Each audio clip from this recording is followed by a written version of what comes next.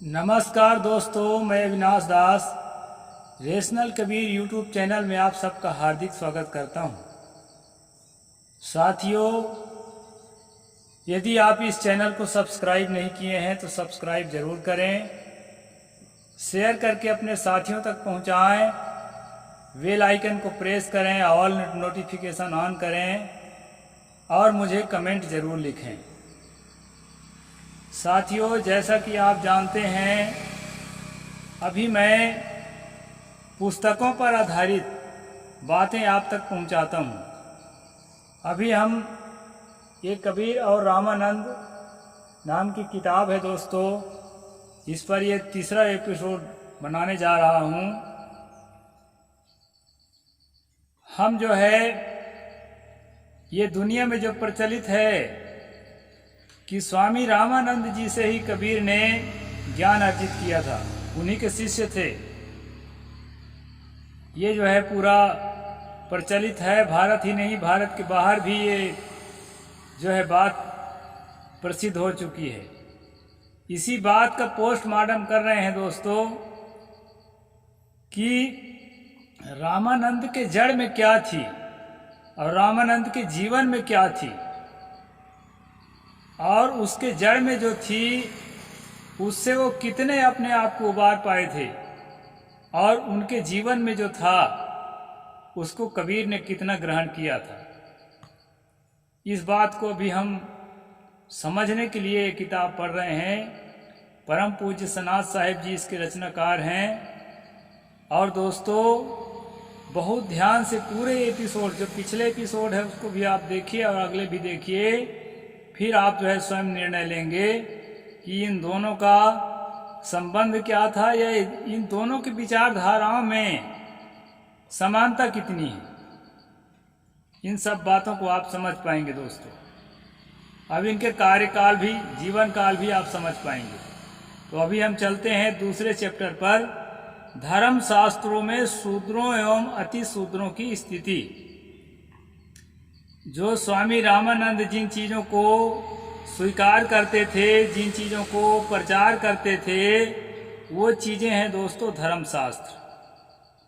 और धर्मशास्त्र में किन बातों की चर्चा है जिसको स्वामी रामानंद जी फॉलो करते थे, उसका पालन करते थे, उन बातों की चर्चा जो है अभी हमारे इस एपिसोड में आएगी। चलते हैं दोस्तों। हिंदू धर्म में मनुस्मृति आदि धर्मशास्त्रों को वेदों के समान ही प्रमाण माना जाता है। मनु स्वयं लिखते हैं, श्रुतिस्तु वेदो विज्ञेयो धर्मशास्त्रम तु वै स्मृति ते सर्वार्थेस्य मीमांसे ताभ्याम धर्मो ही निर्णभव। अभी मैं उस टाइम सेकेंड टाइम चलाता हूँ मनुस्मृति के स्ट्रीम, उसको भी आप लोग जरूर देखें ताकि मनुस्मृति का भी पूरी तरह से आपको खुलासा हो सके। ये मनुस्मृति का श्लोक है, नंबर नहीं लिखा है, आगे हम देख लेंगे। वेद को श्रुति तथा धर्मशास्त्र को स्मृति जानना चाहिए, वे सभी विषयों में प्रतिकूल तर्क के योग्य नहीं है। ये बात है दोस्तों।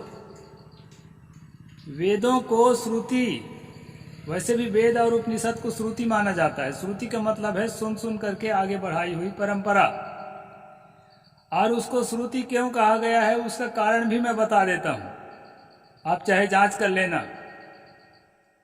यूनेस्को के वेबसाइट में, ऑफिशियल वेबसाइट में आप जो है हेरिटेज जांच कर लेंगे। दोस्तों, ईस्वी सन 1464 से पहले का लिखित में कोई ऋग्वेद, जो सबसे पुराना वेद है, कोई ऋग्वेद नहीं पाया गया है। ध्यान रखेंगे, 1464 से पहले का कोई ऋग्वेद नहीं पाया गया है, जो हिंदू धर्म का सबसे पुराना किताब है।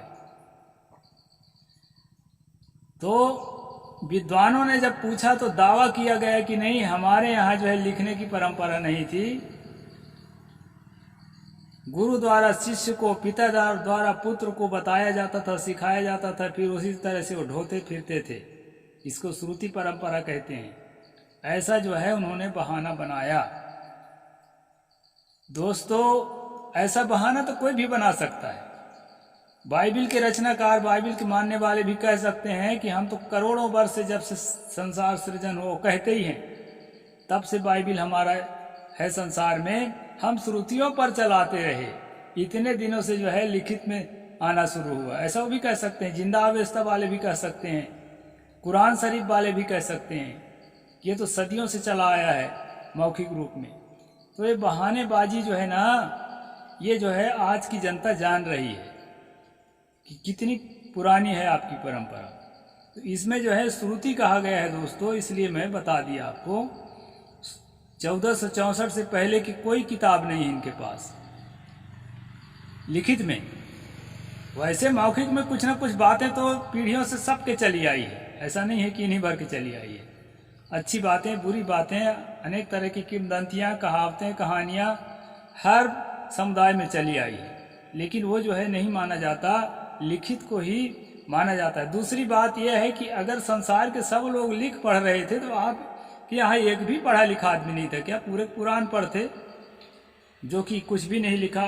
बुद्धिज्म की किताबें लिखी जा रही थी, जैनिज्म की किताबें लिखी जा रही थी, पारसियों की जिंदा व्यवस्था लिखा जा रहा था, मुसलमानों का कुरान लिखा जा चुका था, ईसाइयों का बाइबिल लिखा जा चुका था, तौरेत, इंजील, जंबूर, बहुत सारी किताबें लिखी जा रही थी। तो आपके लोग क्यों चुपचाप बैठे थे? कि पढ़े लिखे नहीं थे, कि लिखना को पाप समझते थे? और अगर पाप समझते थे 1464 में फिर से पुण्य कैसे समझने लगे? तो ये सब प्रश्न है दोस्तों।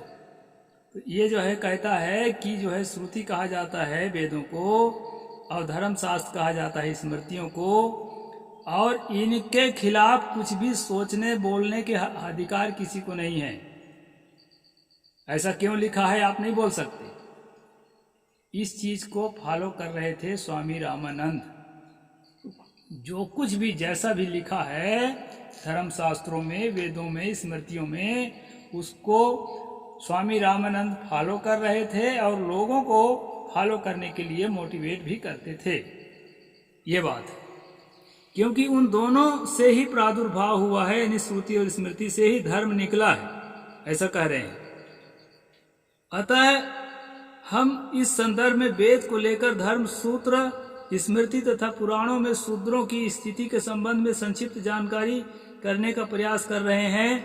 लेखक कहते हैं, ऋग्वेद में हमें आर्यों तथा इस देश के मूल निवासियों, जिन्हें दास, दस्यु तथा अनार्य कहा गया है, उनके बारे में वर्णन मिलता है।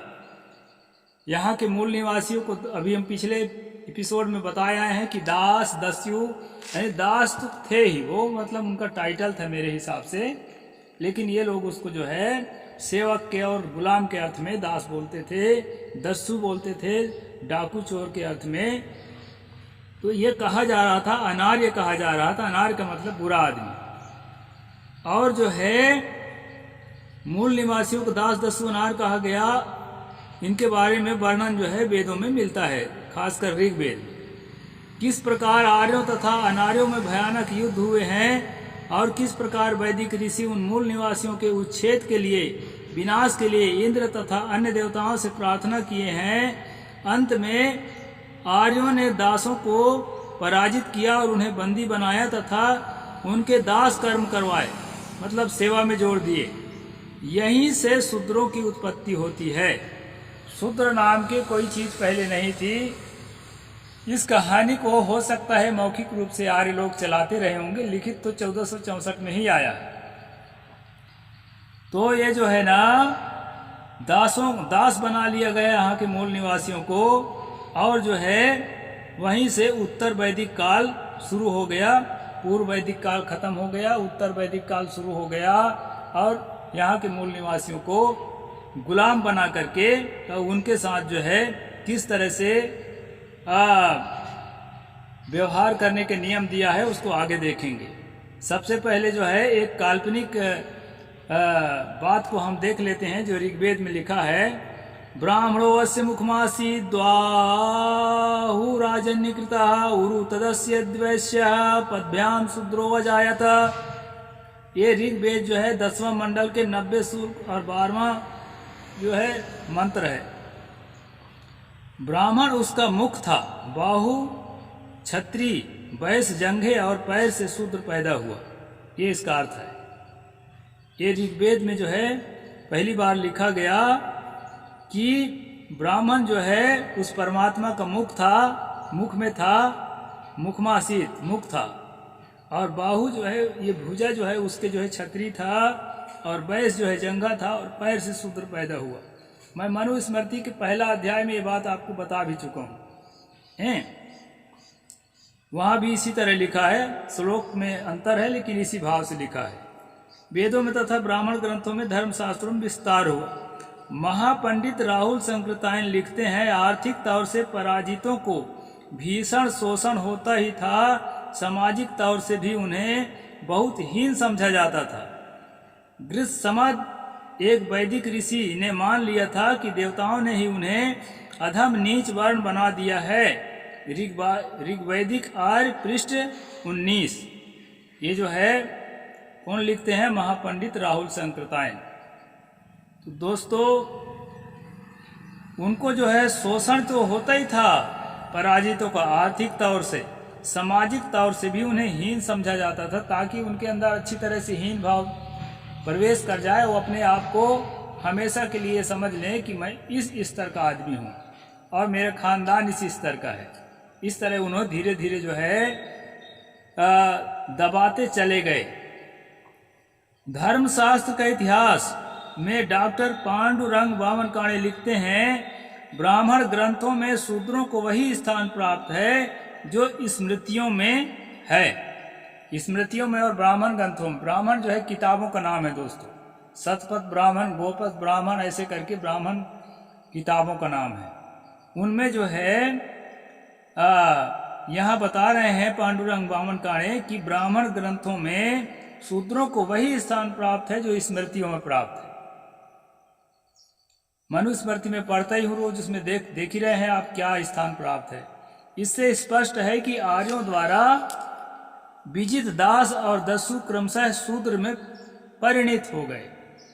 जिन दास वंश को, दस्यु वंश को इन्होंने जीता था, उनको जो है बाद में दबाते दबाते शूद्र का नाम दे करके शूद्र में मतलब बदल दिया गया। ये पांडुरंग वामनकाणे लिखते हैं। ऋग्वेद में आर्य लोग काले चर्म वाले लोगों से पृथक कहे गए। आर्य को, जो काले चर्म लोग हमारे मूल भारतीय थे, उनसे जो है आर्य अलग है, ऐसा जो है ऋग्वेद में भी कहा गया है। धर्म सूत्रों में शूद्रों को काले वर्ण का कहा गया है, शूद्रों को काला वर्ण कहा गया है, आर्यों को उससे अलग कहा गया है। आपस्तंभ धर्म सूत्र 1-9-27-11, बोधायन धर्म सूत्र 1-2-1 और 59, इसमें नंबर दिया है उसका, क्या नाम के, पांडुरंग वामनकाणे नंबर दिया है। जैसे पशुओं में घोड़ा होता है वैसे मनुष्य में शूद्र है, अतः शूद्र यज्ञ के योग्य नहीं है। ये 33 संहिता में ये बात लिखा है। शूद्रो मनुष्याणाम अस्वः पशूनाम तस्मात् तव भूत संक्रामणमिणाश्च शूद्रश्च तस्मात् शूद्रो यज्ञेन तृप्ता। ये श्लोक है दोस्तों। इस प्रकार से जो है आगे कहते हैं 6-7-1-1-6, इससे स्पष्ट है कि वैदिक काल में शूद्र यज्ञ आदि नहीं कर सकते थे। मैं तो मनुस्मृति में आपको बताया ही हूं कि इन्हें यज्ञों से दूर रखा जाता था। आजकल सबसे ज्यादा उत्साही ओबीसी के लोग हैं यज्ञ करने के लिए, हवन करने के, स्वाहा करने के लिए, और उस समय जो है इनको दूर रखा गया था। केवल वे ही पालकी ढोते थे। शूद्र एक चलता फिरता शमशान है, उसके समीप वेद अध्ययन नहीं करना चाहिए, ऐसा श्रुति वाक्य है। धर्मशास्त्र का इतिहास खंड 1 पृष्ठ नंबर 112, इसमें आप लोग जो है जांच करके भी देख सकते हैं। ऐत्रेय ब्राह्मण में आया है कि उसने ब्राह्मणों को गायत्री के साथ उत्पन्न किया, राजन्य को त्रिष्टुप के साथ और वैश्य को जगती के साथ। ये गायत्री, त्रिष्टुप और जगती ये छंदों के नाम है दोस्तों। जैसे हिंदी में दोहा, चौपाई, सवैया ऐसा होता है ना, उसी प्रकार ये छंदों के नाम है। किंतु इसमें कहा है कि ब्राह्मणों को गायत्री छंद से उत्पन्न किया और क्षत्रियों को त्रिष्टुप छंद से, और वैश्य को जो है जगती छंद से उत्पन्न किया परमात्मा ने। किंतु शूद्र को किसी भी छंद के साथ उत्पन्न नहीं किया। ऐत्रेय ब्राह्मण 5:12, तांडव ब्राह्मण 6:1-11 में आया है। अतः एक शूद्र भले ही उसके पास बहुत से पशु हों, यज्ञ करने के योग्य नहीं है। पहले जो है पशुओं को काट काट कर स्वाहा किया जाता था यज्ञों में, तो यहाँ पर कह रहे हैं लेखक कि चाहे उसके पास भले बहुत पशु हों, फिर भी वो यज्ञ नहीं कर सकता है।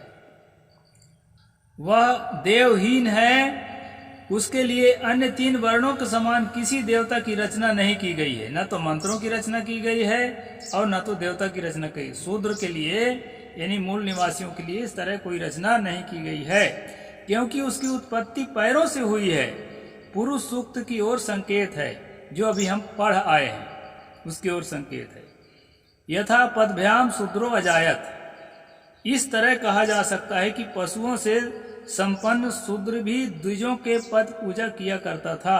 शतपथ ब्राह्मण कहता है शूद्र अत्यंत असत्य है, शूद्र श्रम है। किसी दीक्षित व्यक्ति को शूद्र से भाषण नहीं करना चाहिए। जो जिसको गायत्री मंत्र मिल चुका होता है और जो जनेऊ धारण कर लिया होता है, उसको कहते हैं कि वो शूद्र के साथ बातचीत ना करे। ऐत्रेय ब्राह्मण में उल्लेख है शूद्रो अन्यस्य प्रेष्य कामोत्थाप्य यथा काम बध्य। इसको मैं बता चुका हूं दोस्तों पहले। इसका मतलब ये होता है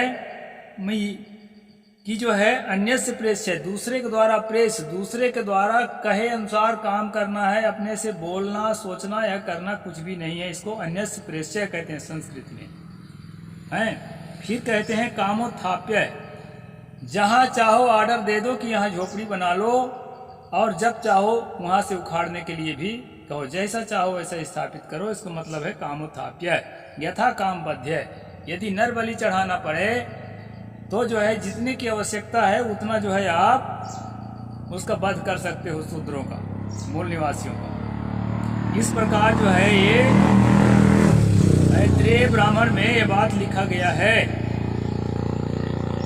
35/3 अर्थात शूद्र दूसरों से अनुशासित होता है, वह किसी की आज्ञा पर उठता है, उसे कभी भी पीटा भी जा सकता है। यहाँ बध्य है, बध्य मतलब हत्या भी किया जा सकता है। धर्मशास्त्र का इतिहास खंड 1 पृष्ठ 112।